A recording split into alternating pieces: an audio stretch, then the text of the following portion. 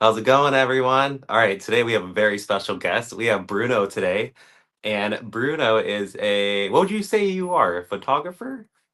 So actually, my background is in video, and I do basically video marketing. So I used to run my own agency with my buddy back in Los Angeles, Oh, but wow. now I actually joined recently, like 2 weeks ago. I joined the team here in Bend.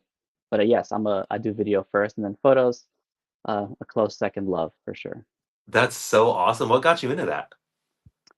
Well, I've always, growing up in the LA area, I think I'm one of a million people who seems to be really heavily influenced by, of course, Hollywood and the scene there. And so from a very young age, I've always just was interested in narrative filmmaking, movies specifically.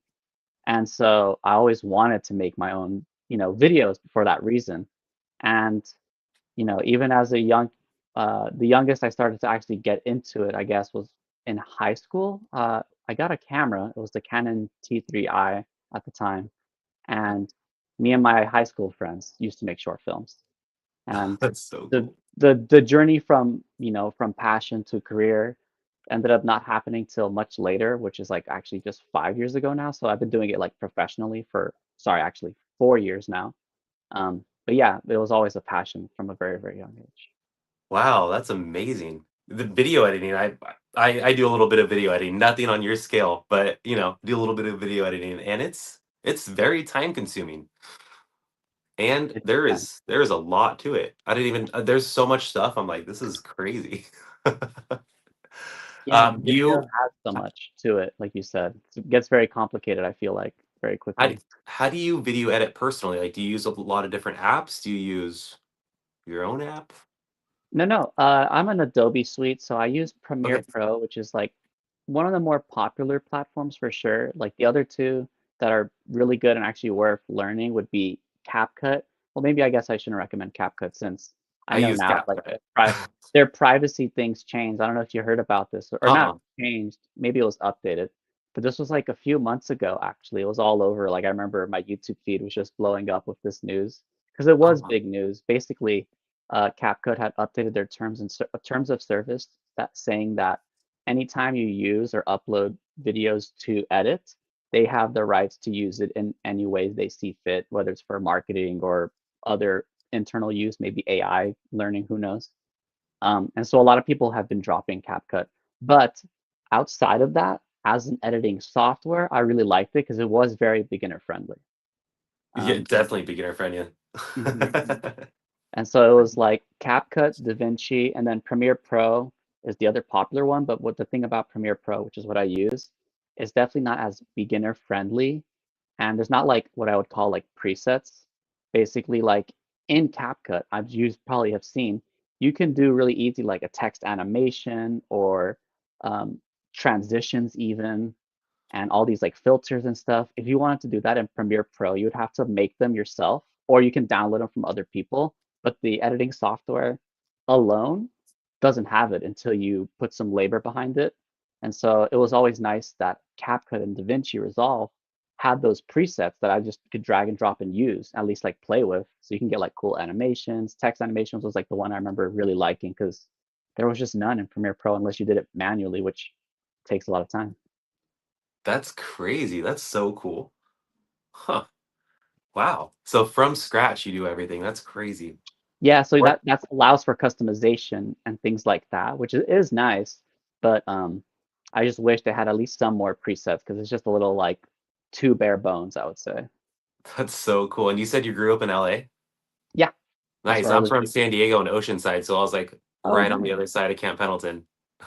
Yeah, I lived a little bit for a short while in the Inland Empire, which is like 2 hours north of you. And That's like I used to go to Escondido a lot because I have some friends over there, and so like Escondido, Oceanside was always like beautiful. I love the pier there, so. that's so awesome. Heck yeah. What's your longest video you've done? Like in length of the final Yeah. video. Yeah. I suppose it would just be a podcast, right? Like you get these long form edits. I Mm. haven't done like a narrative feature or anything like that. The short films I used to do with like my friends, I think the longest was maybe 20 minutes. But Wow. as you probably also have seen, I have a YouTube channel, and in Mhm. there, It sort of varies, but I would say I'm pretty much under 10 minutes most of the time. And if I do a longer form thing, it's usually some sort of guide. So I've had like camera guides and like Canva guides that I've done that are like 20 to 30. So yeah, nothing crazy. And then podcast edits obviously are closer to an hour. That's awesome. And then your podcast? No, my clients usually. That's so cool. So people hire you to do edit podcasts? Podcasting. Yeah, yeah, for sure. Yeah, yeah, we make a That's lot. We have so many different opportunities when it comes to video. And so podcasting, when it became such a big thing after COVID, was something that businesses started dabbling in. And so we were able to tap into some of that. And yeah, we do edit some of people's podcasts. that's amazing. That's I didn't even think about like a market for that. I know it is surprising, but then you realize, yeah, there is a lot of podcasts. And then like, YouTubers and people who any of the like big podcasts, like even Joe Rogan or something like that, it's not like he's the one editing them. He has like a team behind him. So it's just like, yeah, you start to realize, yeah, you can be part of those teams. That's amazing. What made you want to do that? Like as a Uh, career? well, because it's like something I want to do like out of passion, right? Like the ultimate Mhm. goal is narrative filmmaking.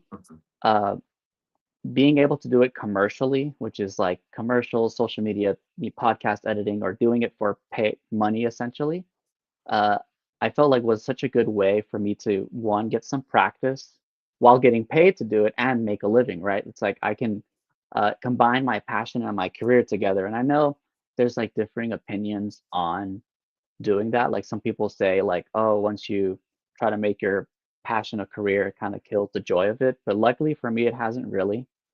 Okay. And yeah, so that's how I kind of got, obviously wanting to do it for myself. Uh, yeah, I just got lucky. I wanted to do it as a passion, I guess, really, and being able to do it as a full-time job was just a lucky byproduct I got myself into. That's amazing. That's like me and the animals. So I just do the animals full time and it's also Yeah, like a hobby and a passion too. So I can do exactly. lots of pro bono stuff or I can do, get paid for parties or photo shoots or events. Yeah, one time I would love to hear your story. We won't do it in this podcast since I guess you want to focus on me and everyone knows you already. But yeah, like I'm just like so darn curious how even you got into the position you're in, because like I can tell it's something you are very passionate about as well. Oh And to yeah. see that, it's always nice to see that in another person. So yeah, I'm just like I'm blown away that you're also making it work for you in a way that helps you, like you said, make a living from it, which is really nice. Mhm. Yeah, it's amazing. And then, I just like I said, I get to do my hobby and it's really nice. Um, so I met you. I don't know if everybody knows this, but I met you in Central Oregon when we did a photo shoot together. Have you done a photo shoot with animals before? Let me think about that. Outside of normal like dogs and cats, I suppose not. Like I hadn't done an animal sanctuary, for example, so I never really been around even farm animals in a Uh-huh. filmmaking or photography capacity. No, actually, that That's was my so first time. awesome. And you did a great job too. It was amazing Really? that Thank picture you. you took. Yeah. And I mean Amanda did a great job too, but you got all the behind the scenes stuff. You got it was amazing. You got like everything. Yeah.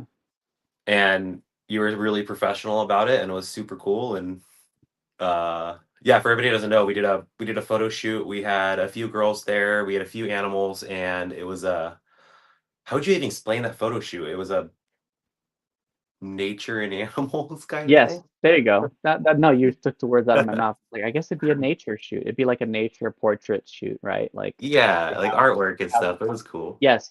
Oh yeah, very artistic. Because I don't know your relationship with Amanda, Uh-huh. but as you can tell, she's definitely like such an eye for nature and beauty and portrait. That's like her Mhm. sphere of excellence, really. And Yep. so it was very interesting to, like I said, be a part of that. So I was very, like I said, fortunate to be able to capture the behind the scenes of that. That was really nice. What made you want to do that? Oh, me and Amanda go back now. It's been like, I guess, 2 years since we met. It feels shorter for some reason. But in any case, That's yeah, like I just happened to meet her and we just really clicked. Um, Both very like artistically minded people. She's so down to earth as you probably got from meeting her and stuff. yeah. And Yeah, that so, was my first time meeting her, so it was a lot of fun. oh, that's awesome. Yeah, she's great, man. And she mentioned the opportunity. She posted on her social like, "Oh, I'm planning to do this reptile shoot. Um, Reach out if you're interested, being a model." And I just told her, "Hey, actually, I would love to do BTS for this because I love working with her, and we had just worked actually like the week prior on a project, and so I wanted to capture some, of her working because it is so interesting. I've never seen her work in person. That was my first time seeing her take lead on a project. Hmm. And so I was also just genuinely very curious. It sounded really cool. Like I love snakes and reptiles. I was like, that'd be dope. And she said yes, and the rest is history. Yeah, it was so much fun. Have you been around animals like that, like big snakes or? Not like that up close. I remember a few times, right, in elementary school, I think we did a assembly very similar to the animals you had actually, but I wasn't the child like chosen to get close that assembly, I remember. But I was definitely curious and open to it. They had like spiders and tarantulas too, and some other like more wild, I guess, animals in that presentation. And then in Universal Studios, they have some of those shows as well, if you will. So, Mhm. where they kind of talk about how they use some of the animals for movies and TV purposes. And so there was like a hawk, there was some other doves, you're right, dogs, of course. And so I guess I have been close to it, but never that close. That was my That's first time being like, face to face, if you will, with these You're animals. really That close. was really cool. Yeah. That's awesome. Yeah, I think the biggest snake we brought was what, 16 feet? That was pretty cool. I wish I could even measure that. I was telling someone like almost 20 feet, so I guess I was close. 16 is almost 20, Yeah. so yeah, Yeah, that we was a have an really 18-foot serious one man. too, so. Yeah, and how much would she weigh? How much does that weigh? Have you ever measured her? So about 80, the yellow one that you saw, Yeah, she yeah. weighs 82 pounds, Wow. and they Okay, can so get up to almost 100. 200. Got Yeah. you. Got you. Thank you. Yeah, I was like curious, like someone asked me and I was like, I don't know. I was like maybe 100. Uh-huh. Yeah, I Cool. was getting there. It's getting there a Getting lot. there. Wow. Um, That's amazing, man. yeah, it's amazing. I think we're gonna do another one here in October too, because I think mine Okay, and Amanda's schedules were pretty busy all through September. So I think nice. October we're doing another one. And I want to do like a fall photo shoot kind of thing, like Halloween costumes and like pumpkin Ooh, heads, yeah, that'd be and cool. then some more like I don't know, modeling lingerie kind of stuff. I don't know, just like spooky kind of stuff, like, and then have Yeah, like yeah. pumpkins Just and like little decorations, and yeah, we'll definitely play it up to October. That would make it more fun. Like I like doing, like I said, themed shoots. It sounds like that would be fun. that's And awesome. Have you done that's like any Halloween shoots or anything? no, I don't really get to do too many portrait work. Only recently, since I moved to Bend, I've only been here 2 years, and here I've been able to connect more with the models and do some photo stuff on the side What because other my what other main hmm? Sorry, keep going. No, I was gonna say because my main time is like video, it's like I don't really do photos very often, to be honest. And so being able to practice since I moved here has been really nice. That's awesome. What other opportunities did you get since you've been in Bend for 2 years for like I photos or work, movies or? yeah, yeah. I work with a few clients here in town, so I do have some business connections here now. I That's work awesome. with so many photographers. I've noticed Bend is just rife with them, it seems like, because one is a client and a good friend. I love her so much. Her name's Miranda Kelton. She does brand photography. But then I Okay. know Katie Novinsky and a few other photographers. They're more like wedding and portrait photographers. And then, of course, Amanda. And so I'm like really well connected for some reason with photographers here. And um, outside of that, it's just been people, I guess, yeah, mostly in the professional world, I suppose. It's so funny because of my line of work. When I arrived here in Bend, I was starting to build my own book of business because coming from LA, I was working with my buddy, and since I was moving, obviously I can't shoot the content, and so he would send me things to edit. So I was working in a post production Yeah. capacity with him, and so it was nice, but I still wanted to film and get my own clients here in Bend. So I started my own agency here, and so most of my time when I was out in town, honestly, it was kind of like for business, I suppose. That's And so, awesome. yeah, like it's interesting that you asked that. I'm like, I guess all my friends are like just like other working professionals. And now it's like video people too, because I just joined a marketing agency. And so Oh, we're combining nice. forces. Yeah. So how does that work? Is there any like I know in the reptile world, if you like sell animals or something, there's like competition. But I always try to be like, Right. there's no competition. It's a multi-million-dollar business. Let's all get Mm. along, kind of thing. Is that kind of the same for the video editing, or do you guys like just all get along super well and It's not interesting. poach clients kind of thing? I don't know. Yeah, it's interesting. It definitely can get toxic. I think that just comes with the nature of business, right? Like I think especially in capitalist America where people are like you said, they think there's like more finite resources. There's almost like that limiting mindset. It sounds like you and me share this mindset of there's abundance. Like I think there is enough space for all of us, and everyone can kind of carve their own niche too. And so in the video world, it's kind of 50-50. I've been fortunate enough.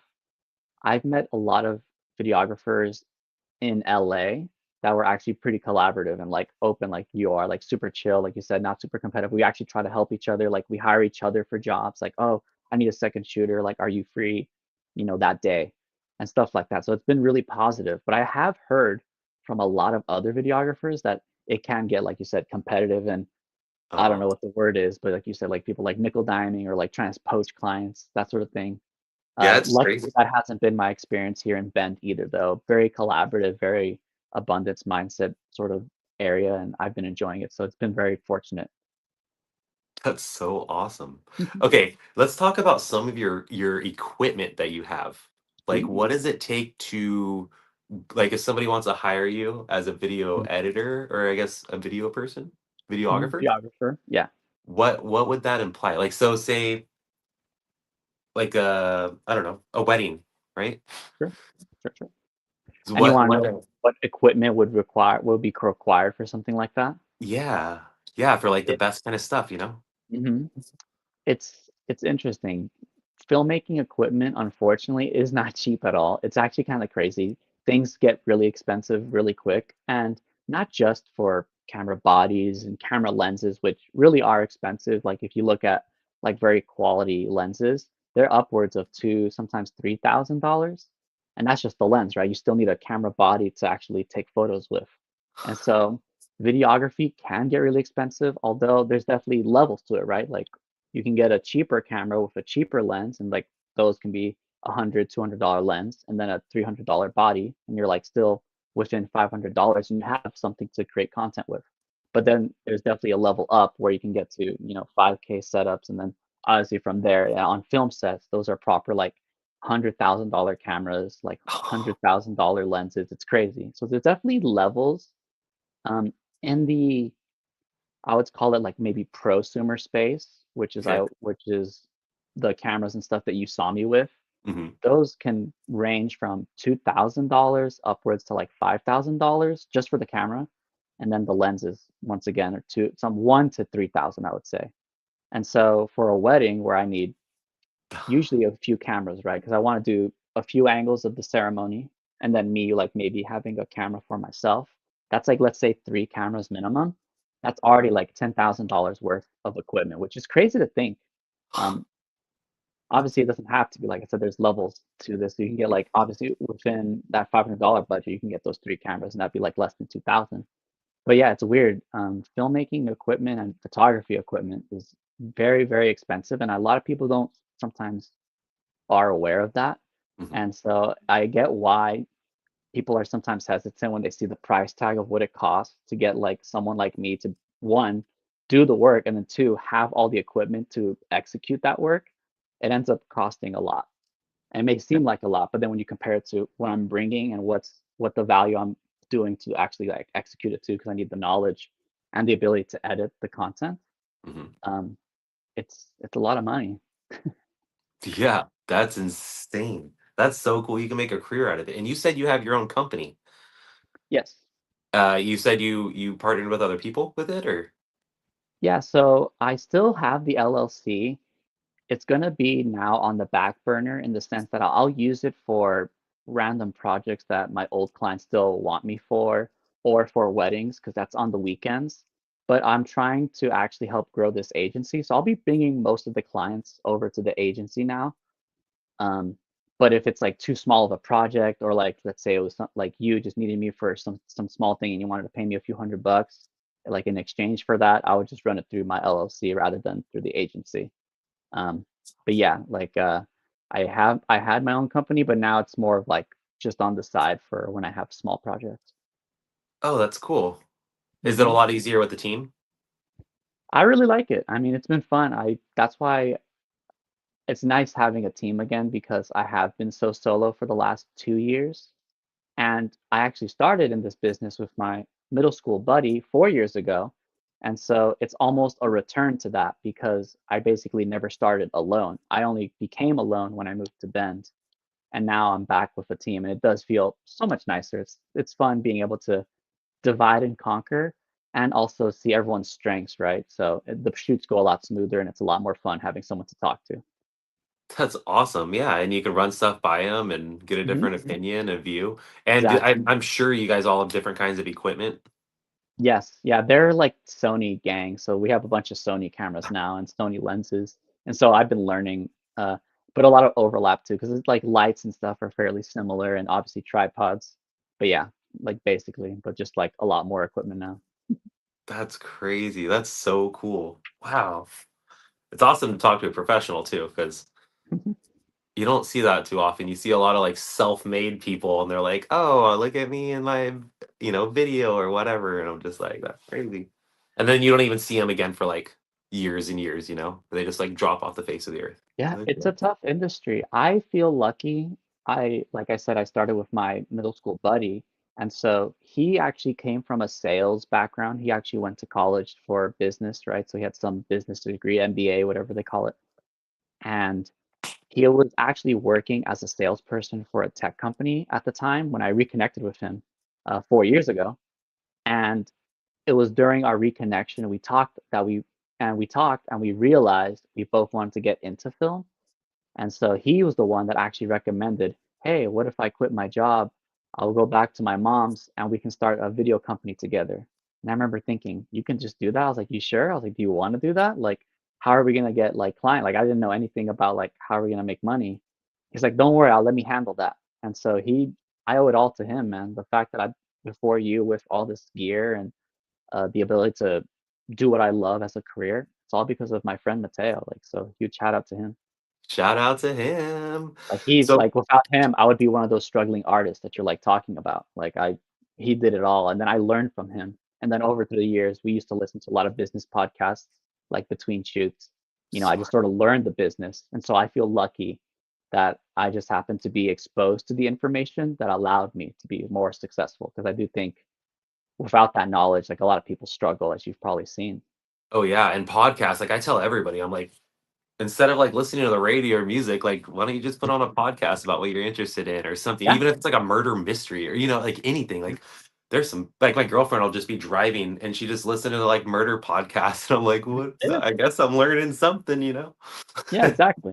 But you Yeah, learn and that's so much stuff through podcasts. It's insane. yes, business stuff, video stuff, like everything. Like it's crazy. People do share this stuff online. Like you really can get a good knowledge from the internet if you just even search for it. And look at you, you're on a reptile pod or an animal podcast now. Yeah, look at me. On That's Show Me true. That's Reptile Network. yeah, yeah, exactly. That's insane. Okay, so I have a question about the animals. Is there any specific tips or tricks that you need to be able to photograph, let's just say like the animals you worked with me, like the snakes and Yeah. stuff? Is there any special things you need? Lighting, It was interesting. skills? Really, I didn't treat it any differently from any other portrait work I do. I guess I'm thinking because we still had the women, the models there, I was Hmm. still kind of focused on like, okay, how do I make them look good? And there's very simple principles when you're shooting people.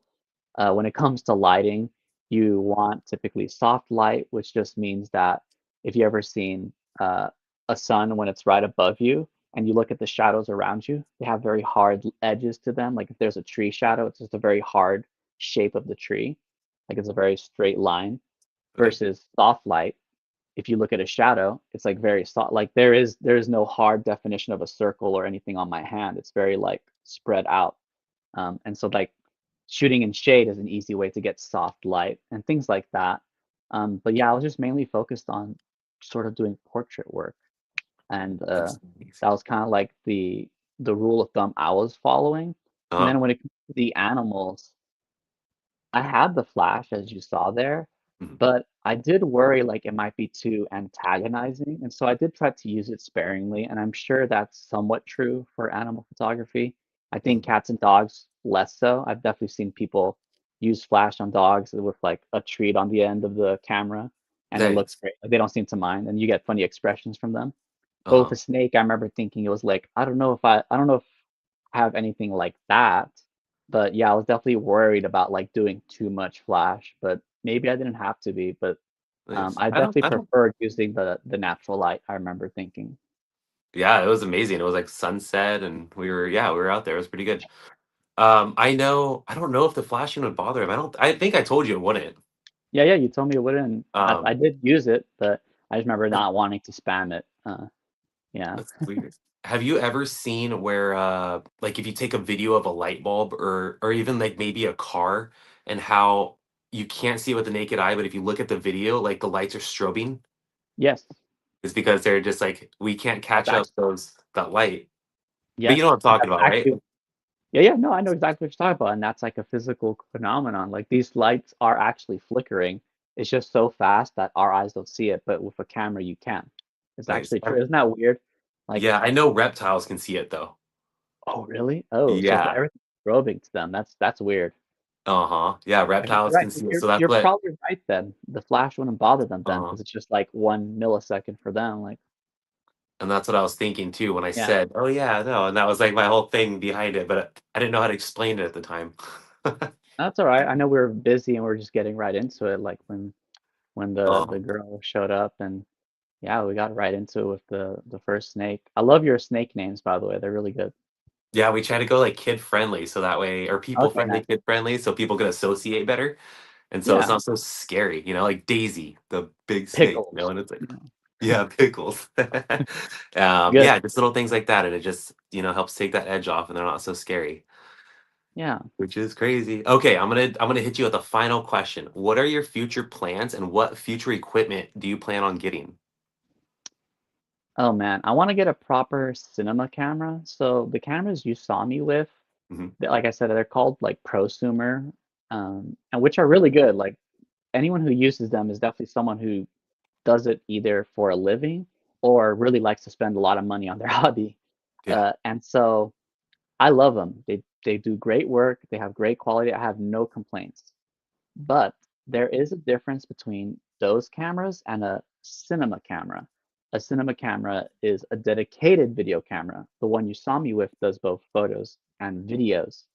And when you have a camera that does both, usually what ends up happening is they trade off features. Like if it's a really good photo camera, it typically isn't that good at video. If it's a really good video camera, it's not as good as photos. But with a cinema camera, because it's only video, it becomes the best video camera, I guess. They really pack it with features that are very video focused and video friendly that make it a much more, one, enjoyable experience, and then two, the quality is just much better. And so a proper cinema camera, I wanted to get the Canon C50. They just announced it last week, I think. I was originally going to get the C400, which is another okay. cinema camera, but that one's actually like $3,000 more expensive than the C50. The C50 is like 4,000. The new one that came out? Yeah, the one that just came out So last the week. older one's more expensive than the new one? Yeah, yeah. Yeah. Because That's this one's great. technically like a baby version of it, but it's still Oh, like, but I still want it because it's still much better than even the camera you saw me with. At least I think so. I would love to get my hands on it and actually test it. But yes, have that you would ever be played like with any next of them? camp. Not a no, not a Canon one, I should say. I've used Sony cinema cameras because Yeah. at my new agency, that's what they have actually. They have a Sony FX6, which is kind of like a C400 actually. And so it was like fun being able to finally use a cinema camera, but not from the brand I typically normally use. That's cool you got that experience though. Yeah, it's And fun. I so really do look forward to using like a proper cinema camera. so do they shoot like when you see like the IMAX shot in IMAX or shot in like 3D, that's a like a proper cinema camera? Yeah, yeah, yeah. Hollywood's pretty much all only ever doing that. Or if they do bring out like a different camera, like they'll do like the shot on iPhone stuff. I think it was like 28 years later did that, and then oh, what was that? There was like a sci-fi movie that just came out last year that was shot on like a Sony prosumer camera, so it did photos and video, and it looks great. But usually that's like a Mhm. marketing thing Hollywood does. Typically they're using those big cinema cameras. Yeah, What's your favorite movie because of video, if you have one? like cinematography, that's tough. Oof. You I can pick mean, 2 or 3, I don't care. yeah, no, I'm just thinking because cinematography, it almost can also be like about the lighting more than the camera. Like, Because it's weird. Cinema, yeah. Even with a cheap camera, you can make amazing images if you know how to light something or if you have good light in your scene. But if I had to say, I guess I'll keep it short and sweet. Like obviously, Blade Runner 2049. Like that's just a gorgeous movie. I love that cinematographer. His name's Roger Deakins. He's like a legend in the film industry. He's been around for like 50 years. His movies are always really pretty. You've definitely seen his stuff. If you've seen like I think he did Spectre or something for James Bond. He oh, did yeah. Prisoners with Denny as well. What else did he do? Some war films. Oh, 1917. That was a good movie. I don't know if you've seen that one. That's Um, I don't think I have. but yeah, it's you would know it was fairly recent, like 2019, and you Okay. would remember it because it's one of those movies that it's it's shot to look like it's one scene. So they have like hidden cuts, but it's shot like from one long take. They follow the characters and then they go to the next room and it's another like it's just one shot. So it's like one you follow them through like one day. It's really nice. It's a good movie. But So yeah, when those you are really beautiful. Like I love Roger Deakins' cinematography. I have to check them out. When you Mhm. do movies and stuff, there do you ever have, like, any, like, what is it, animation or CGI in them? Like, do you guys ever put any of that stuff in your movies? I just use some templates. Like they're usually graphic templates.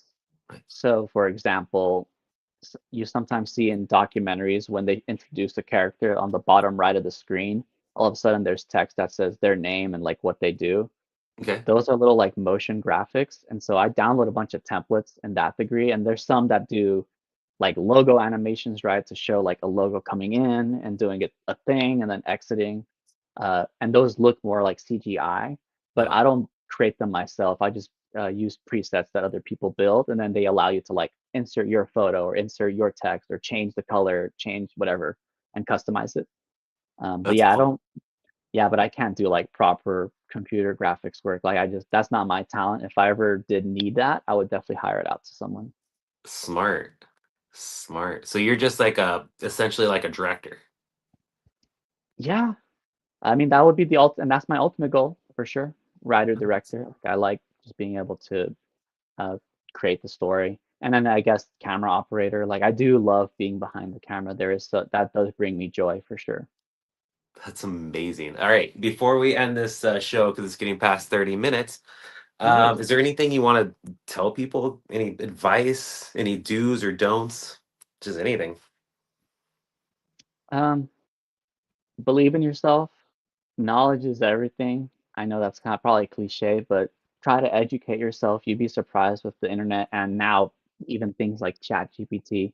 If you really wanted to teach yourself a skill that interests you, just look it up. You can definitely find ways to learn it. And if you can buy a course or a coach, those people are definitely worth it. And those materials are definitely worth it if you put the effort into them.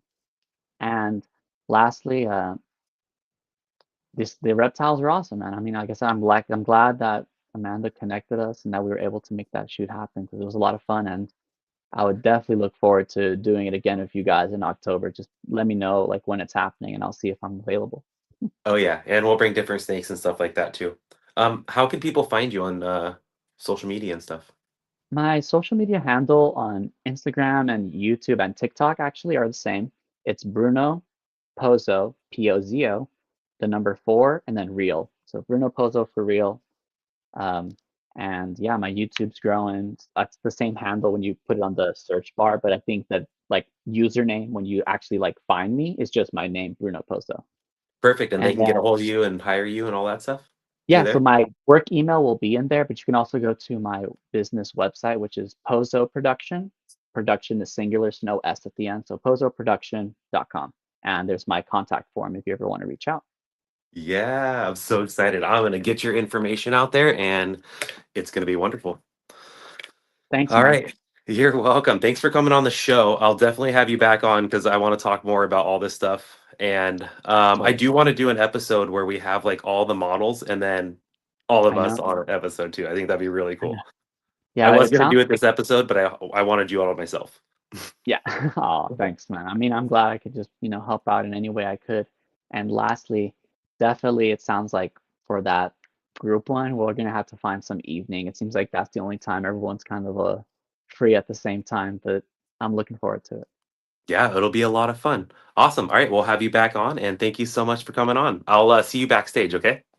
All right. See ya. All right. Thanks everybody for watching, and you heard it from Bruno.